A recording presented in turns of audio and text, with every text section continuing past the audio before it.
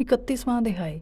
शिवजी द्वारा देवताओं को आश्वासन। सनत कुमार जी बोले, हे महामुने, इस प्रकार देवताओं की करुण प्रार्थना और अनुनय विनय सुनकर त्रिलोकीनाथ भगवान शिव बोले, हे श्रीहरि, हे ब्रह्मा जी और अन्य सभी देवताओं, मैं दैत्यराज शंखचूड़ के विषय में सब कुछ जानता हूँ। असुरराज शंखचूड़ भले ही देवताओं का शत्रु एवं प्रबल विरोधी हो गया हो, परंतु वह अभी भी धार्मिक है और सच्चे हृदय से धर्म का पालन करता है। परंतु फिर भी तुम लोग मेरे पास मेरी शरण में आए हो और शरणागत की रक्षा करना सभी का कर्तव्य है। इसलिए मैं तुम्हारी रक्षा करने का वचन देता हूँ। तुम अपनी व्यर्थ की चिंताएं त्याग दो और प्रसन्न होकर अपने अपने स्थान पर लौट जाओ। मैं निश्चय ही शंखचूड़ का संहार करके उसके द्वारा दिए गए कष्टों से तुम्हें मुक्ति दिलाकर तुम्हारा स्वर्ग का राज्य तुम्हें वापस दिलाऊंगा। भगवान शिव जब इस प्रकार से देवताओं को शंखचूड़ के वध का आश्वासन दे ही रहे थे, तभी उनसे मिलने के लिए राधा के साथ श्री कृष्ण वहाँ पधारे। भगवान शिव को प्रणाम करके वे प्रभु की आज्ञा से उनके पास ही बैठ गए। श्री कृष्ण और राधा ने महादेव जी की मन में बहुत स्तुति की।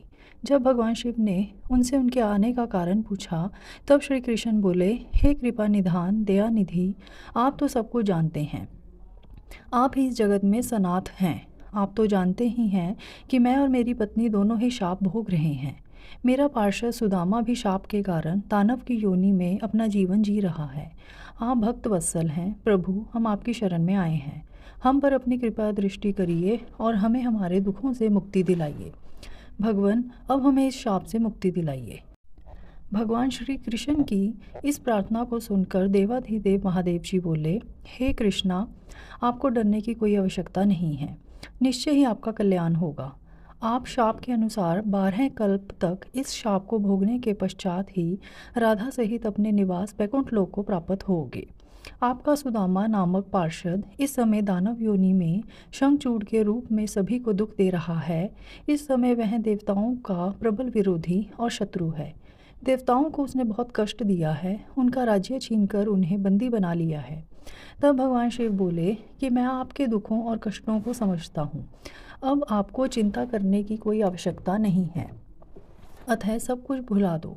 तब उन्होंने ब्रह्मा जी और श्री हरि विष्णु को आदेश दिया कि वे वहाँ से जाकर अन्य देवताओं को समझाएं कि वे निश्चिंत हो जाएं।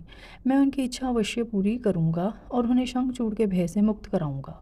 भगवान शिव के ये अमृत वचन सुनकर श्री कृष्ण, राधा, ब्रह्मा जी सहित श्री हरि विष्णु को बहुत संतोष हुआ। तब वे उन्हें हाथ जोड़कर प्रणाम करने लगे। तत्पश्चात भगवान शिव से आज्ञा लेकर सभी प्रसन्नतापूर्वक अपने अपने स्थान को चले गए।